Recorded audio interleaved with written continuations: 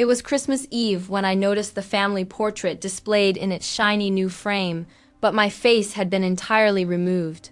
Not a single person brought it up. The next morning, I gave my parents a sealed envelope and murmured, "Wait to open this." Of course they didn't, Mom immediately started sobbing. Dad's face turned ghostly pale. You won't believe what happened next. But before we continue, please subscribe to the channel and let us know where you are listening in the comments. I wish I could say I hadn't seen it coming, that it hit me like a shocking twist at the end of some emotional drama. But truthfully, it didn't feel unexpected. It felt strangely inevitable. I stepped into my parents' living room, snow clinging to my boots as I stomped them clean. I glanced up and there it was.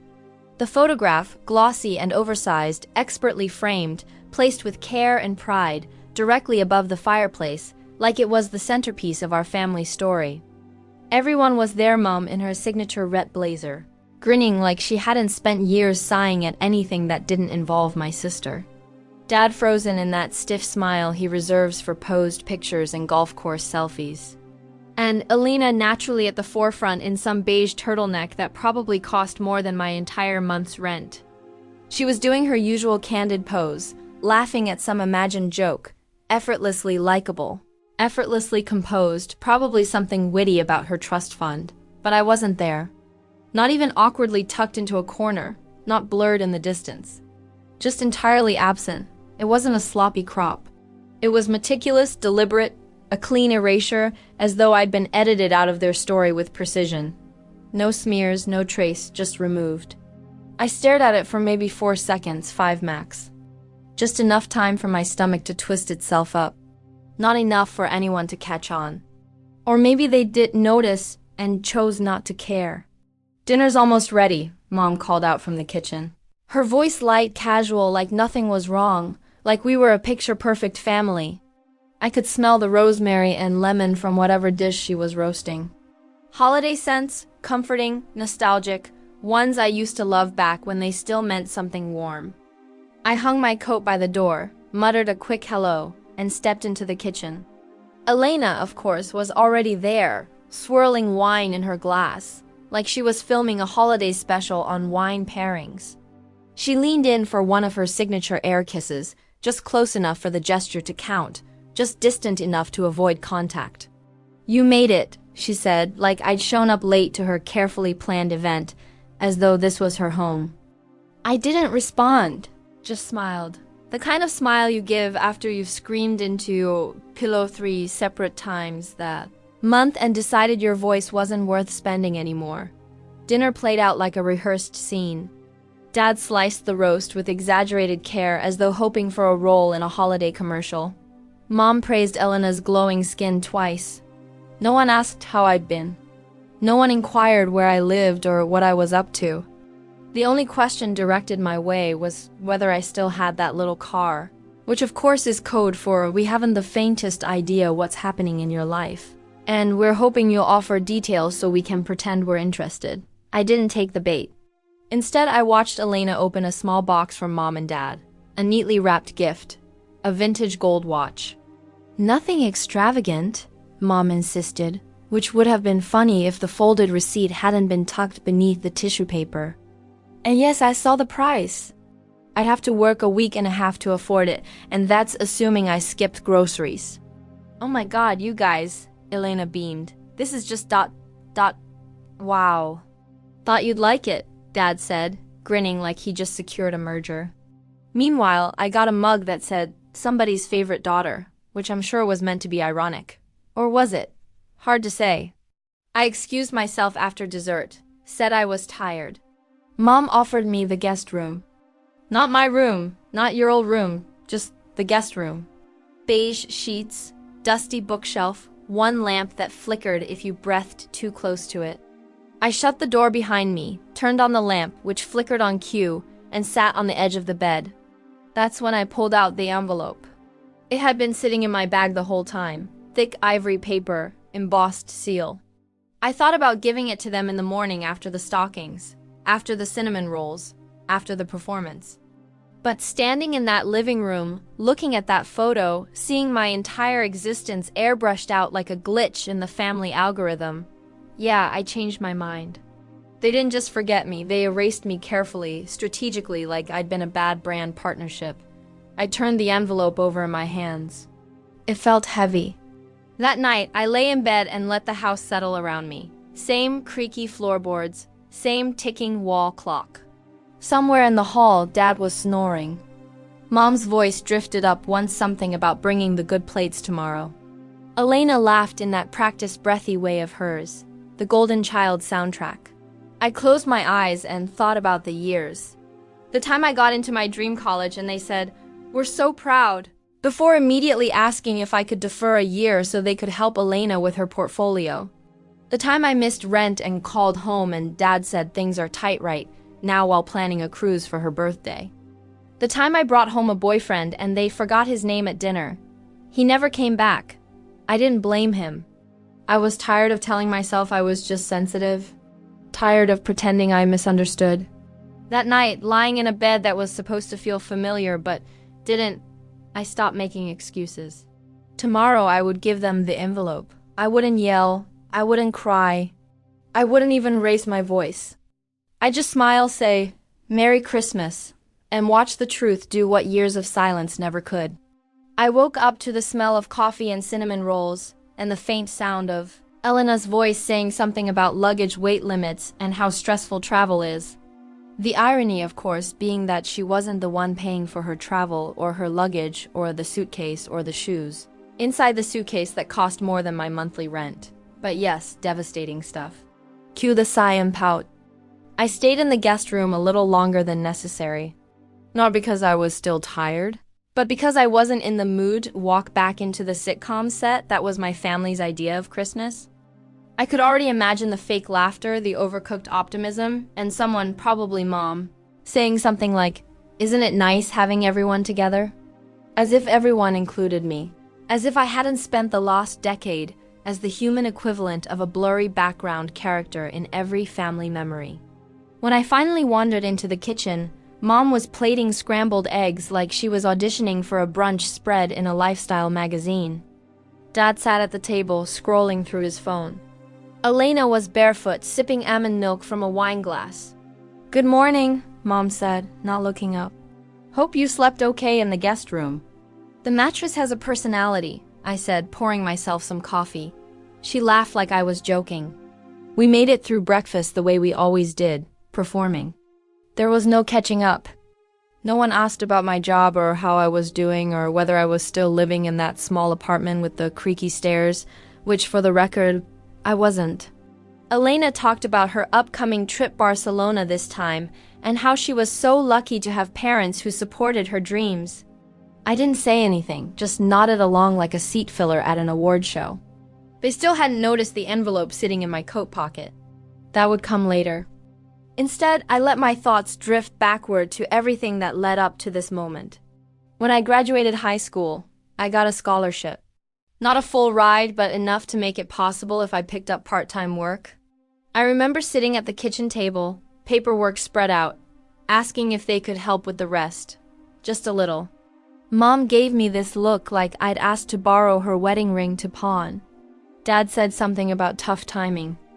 We're still catching up from the bathroom remodel, the same remodel that, fun fact, included heated floors and a bathtub with Bluetooth. 2 months later, Elena got a new car for her 18th birthday. White leather seats, custom stereo, a bow on top. She cried when they handed her the keys, told them they were the best parents in the world. I stood next to the recycling bin holding a $20 bill tucked inside a graduation card that said, "You're going places." And you know what? I still left for college. Took 3 jobs, slept 4 hours a night, ate too much instant ramen, graduated with honors, moved to a new city, started over. I didn't ask them for anything after that, and they didn't offer. When I was laid off 2 years ago, I didn't call. When I was sick and couldn't afford the medication my doctor prescribed, I didn't ask. When my apartment flooded and I lost most of my furniture, I bought a used mattress off Craigslist and made do. Meanwhile, Elena posted Instagram stories from Santorini. Sponsored, obviously. I used to wonder if maybe it was me. Maybe I was just harder to love, more reserved, less shiny. Maybe I should have joined a sorority, smiled more, worn more beige. Maybe if I'd played piano instead of working shifts at a diner, they would have noticed me. Maybe if I hadn't made things so easy, always independent, always fine, they would have realized I needed help too. But then I remembered my 8th birthday. I had invited 6 kids over, baked cupcakes myself. Mom forgot to pick up the pizza, so we ate cheese slices on saltines. Elena had a dance recital the next day, so the whole thing ended early. They told me, "We'll make it up to you next year." They never did, or the time I won a state science competition. My school called home to tell them. They sent back a text. "Nice job. That was it. No dinner, no framed certificate. No mention of it ever again." Elena landed a minor role in a shampoo commercial, and they threw her a party with balloons and a custom cake that said, "Future star." So no, it wasn't me. It was never me. The shift came earlier this year. I wasn't actively searching for anything. Not really. I'd gone to the local records office to request something unrelated, just a proof of address for a job I was applying to. Routine paperwork, bureaucratic nonsense. While I was there, though, something caught my eye. A document with my name on it linked to a property I didn't recognize. At first, I figured it had to be an error. Maybe just someone else with the same name. But curiosity, as always, got the better of me. It unraveled quickly. I started digging small requests, online searches, a few strategically phrased emails. And the more I uncovered, the more complicated it became. There were things I'd never been told, pieces that had been intentionally hidden. And at the center of all of it was me. I didn't react right away, didn't confront anyone. I just observed, like I'd done for most of my life. Only this time, I wasn't powerless. Now I had evidence, paperwork, records, proof. And the further I went, the more a strange kind of peace began to settle over me. It was like I'd been living underwater without ever realizing it. And suddenly I was breathing again. They hadn't just forgotten me, they'd used me. Used my name, my legal rights, and most of all my silence. But not anymore. Now I had something they'd have to acknowledge, something they couldn't ignore. That morning after breakfast, I went upstairs to get dressed. Took my time. Let them go through their usual motions, gather around the tree, exchange presents, immerse themselves in their polished holiday facade. When I came back down, they were already halfway through the gifts. Elena was unwrapping something lavish, feigning surprise in the most performative way. Mom had that teary-eyed look she always saves for moments she can later romanticize on social media. Dad glanced at me and asked, "Get any sleep?" I smiled. "Enough." He gave a quick nod, then turned back to watch Elena gush over a designer handbag.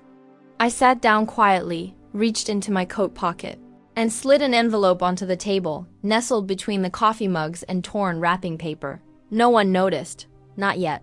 But they would. They always did. Just a little too late. About 10 minutes later, Mom finally spotted it. Or more accurately, she noticed something was sitting unattended on her precious reclaimed wood table. Heaven forbid anything be placed there without a coaster or a clear reason.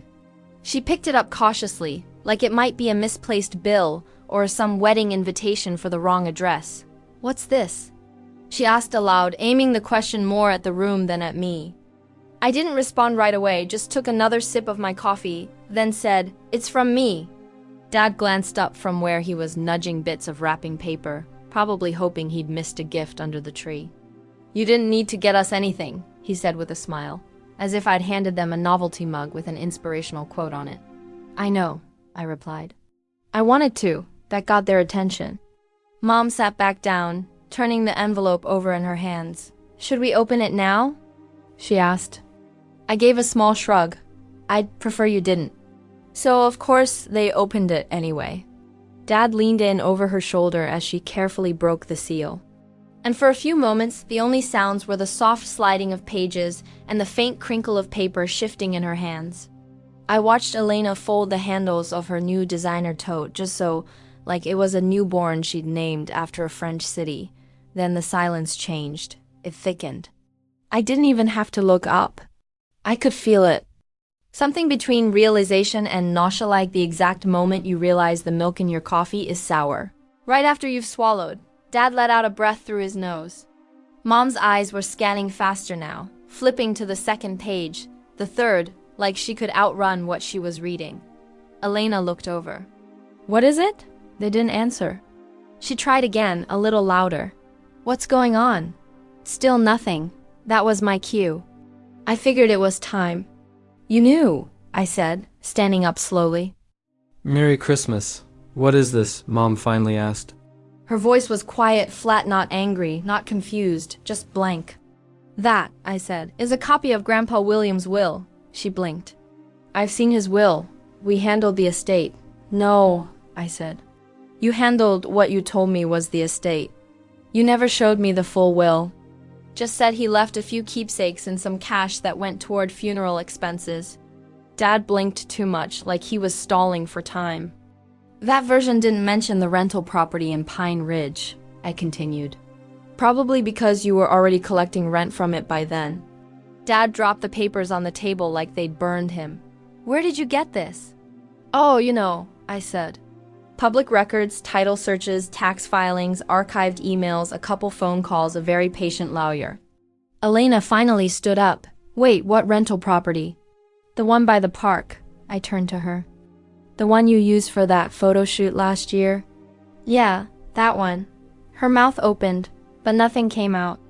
Mom finally found her voice again. Sweetheart, this isn't what it looks like. I smiled. That's funny because it looks like you used my name, my inheritance, and my legal rights to fund your lifestyle while telling me there was nothing left for me. It wasn't like that, she said too quickly. It was complicated. It wasn't, I replied. The will is extremely clear. The house was left to me. Sole beneficiary, full title, transferred. Which means all that rent you've been collecting. Technically stolen, and the renovations? Unauthorized. Dad rubbed his temples like this conversation was giving him a migraine. I hoped it was. I knew you wouldn't understand, he muttered. You're always so dramatic. That got a laugh out of me. Right, I'm dramatic. You edited me out of a family portrait and committed inheritance fraud. But sure, let's blame my tone. Elena looked genuinely confused now, like someone had pulled the rug out from under her and she still hadn't hit the floor. But that house paid for my tuition. I know, I said. And the car and the Mexico trip and probably a few handbags along the way. That's not fair, she snapped. You didn't need it. You were always the independent one. You never asked for help because I was told there was nothing to ask for, I said. You made sure of that. Mom's voice shifted into soft, careful territory, the same tone she used when trying to return something at a boutique without a receipt. We didn't think you'd want the responsibility. You were busy. You were always so far away. I was far away, I said, because you made it very clear I wasn't welcome here. Dad pushed back his chair. You need to calm down. And you, I said, turning to him, need a lawyer. He froze. I'm not suing, I added. Yet. But I've officially reclaimed ownership of the property. The tenants have been notified. Rent payments will now go to me. Your access to the house is revoked. Mom looked like she might cry, but that house was our income. We depended on that. I tilted my head. Then maybe you shouldn't have stolen it. We're family, she whispered. No, I said. You're people I used to be related to. There's a difference. Elena crossed her arms. You think this makes you better than us? No, I said. Just not beneath you anymore. The silence that followed wasn't peaceful. It was loaded. The kind of silence that makes your ears ring a little. No one moved, no one breathed. Dad stared at the envelope like it might explode. Mom's face had gone slack. Elena looked like she couldn't process that the spotlight wasn't on her. I picked up my coat. Wait, Mom said, standing. Can't we at least talk about this? You just did, I said. For years. Every time you made a decision without me, every time you left me out, every time you told me I'd understand someday. Dad's jaw was tight. If you leave now, don't bother coming back. I paused at the door, turned to look at them one last time. I think that's the first thing we've agreed on. And then I left. The air outside was sharp, cold, but clean. It hit my lungs like a reminder that I was still here, still standing, still real. I slid behind the wheel of my car, let the engine hum to life, and drove. I didn't cry. I didn't smile. I just breathed. Because sometimes the most powerful thing you can say is nothing at all, and sometimes the loudest scream is walking away. 3 weeks passed before the first message came through. It was from Mom, short, polite, polished like she'd rewritten it 5 times and still wasn't sure it would land. Hey, sweetheart, we've been talking and we think there's been a misunderstanding. Can we chat sometime this week? Hope you're well. Love you. No punctuation at the end. Just love you hanging there awkwardly like a coat on the wrong hook. I didn't respond. 2 days later, another one. Please don't let this one thing ruin everything. Elena is very upset. Dad's trying to stay calm, but you know how he gets when he feels blindsided. Oh yes, when he feels blindsided, not when he commits fraud. Not when he lies to his daughter for years. No, when he feels blindsided. Poor guy. So I said nothing. Then came a voicemail from Dad. I didn't listen to it. I just stared at the notification and deleted it. The last time he called me kiddo, it was when I offered to help him set up his retirement account, and he said, "Let's leave the money stuff to people who understand it, right?" Like him. Then came the email from Elena. You really think this makes you the winner? Fine, take the house, but don't come crying back when you realize money doesn't buy family. Followed by another message a day later. Mom and Dad are really stressed. They're talking about selling the condo. That's what you wanted. Congrats. That one I read twice, not because I felt bad, but because I wanted to make sure I understood just how much the loss of my property was unraveling the family finances. Turns out the house had been the backbone of everything. Rent from 3 units covered their mortgage, their vacations, a chunk of Elena's education, and apparently even some cosmetic work Mom swore was just really good skincare. When I took it back, the whole machine sputtered. And I hadn't even started asking for back rent. Not yet. By spring, I started hearing whispers through mutual acquaintances. A neighbor mentioned my parents were trying to refinance their condo. Another said Dad had taken up consulting, which I knew meant cold calling old clients and hoping one of them still owed him a favor. Mom picked up weekend shifts at a boutique downtown, the kind of place where she used to shop. Now she rang up yoga pants for influencers and probably told herself it was temporary. Elena was back living at home. The apartment in the city was too expensive. The clients dried up. Her art collective had disbanded or imploded. It was hard to tell which, and frankly, I didn't care. The GoFundMe she launched for a new creative chapter raised a grand total of $83. 2 of those dollars were from my ex-boyfriend. I don't know why that detail made me laugh, but it did. Meanwhile, I fixed up the house. My house. It was dusty at first, a little unloved but solid. I hired a contractor to touch up the paint, replace the old windows. I cleared out the furniture my parents had stored there and donated most of it. Kept one chair, a navy blue armchair that I vaguely remembered from my childhood. The only piece that didn't feel like it came with strings attached. The tenants were kind. One of them left me a thank you note after I lowered their rent by $50. Sada was the first landlord who treated them like a human being. That meant more to me than any of my parents' recycled apologies ever could. It's funny, the things you start to notice when the noise dies down. The silence, once heavy and personal, becomes peaceful like space you finally get to stretch into. I stopped checking my phone every hour, stopped waiting for the next guilt-laced message. I began sleeping through the night. Then one afternoon, I discovered a letter in my mailbox. Not a text, not an email, a real letter addressed in Mom's handwriting. I held it in my hands for a while before opening it, not because I thought it might hold anything genuine, but because I wanted to mark the moment. The envelope carried the scent of her perfume. Inside were 2 neatly written pages filled with lines like, "We didn't know. It wasn't on purpose. We just wanted what was best for everyone." My favorite line read, "You've always been so strong. We didn't realize you ever needed us." That's what people say when your silence has benefited them, and they're searching for a reason they never bothered to ask why you pulled away.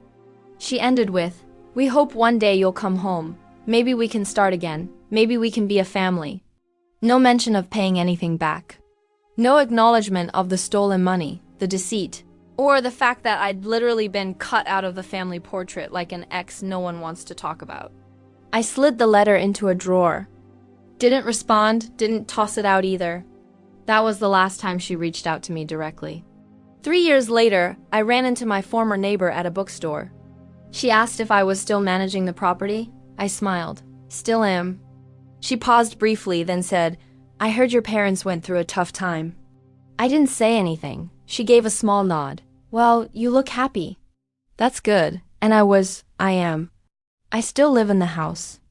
Not out of necessity, not to prove anything, but because it brings me peace. It's mine. I wake to birdsong and soft sunlight instead of creaky footsteps in the hallway and snide comments about how I never call. I rebuilt the garden out back, repainted the front steps. The windowsills are now lined with plants, the kind that thrive on light and not much else. There's a photo on my mantle now. Me standing in front of the house, holding the keys, no one else in the frame. Just me. It's my favorite picture because no one had to be cut out of it. I still hear from them once in a while. A forwarded message, a note through a cousin, a Christmas card that simply said, "Thinking of you. Hope you're doing well." No return address. I never wrote back. And the strange thing is, I'm not angry anymore. I'm not waiting for justice or closure or even an apology because I already have what they never managed to give me, my name printed on something permanent. A place to belong, a life that's mine. There was a time I believed that if I just worked hard enough, just earned it, maybe they'd love me like they loved her. But real love, the kind that counts, isn't something you have to earn. It's given freely. What they offered was conditional. What I gave myself was everything they didn't. So no, I don't miss them. I don't rehearse old conversations. I don't fantasize about emotional reunions or flawless apologies that rewrite the past, because I already rewrote it. The life I have now didn't come with approval or pretty packaging. It came from doing the hardest thing, walking away. And that, it turns out, was the only gift I ever truly needed. I hope you enjoyed the story. If you did, please like, share, and feel free to tell us your own story in the comments. And don't forget to subscribe to the channel. Help us grow as a storytelling community and be part of this journey with us. Can I count on you? Thank you so much.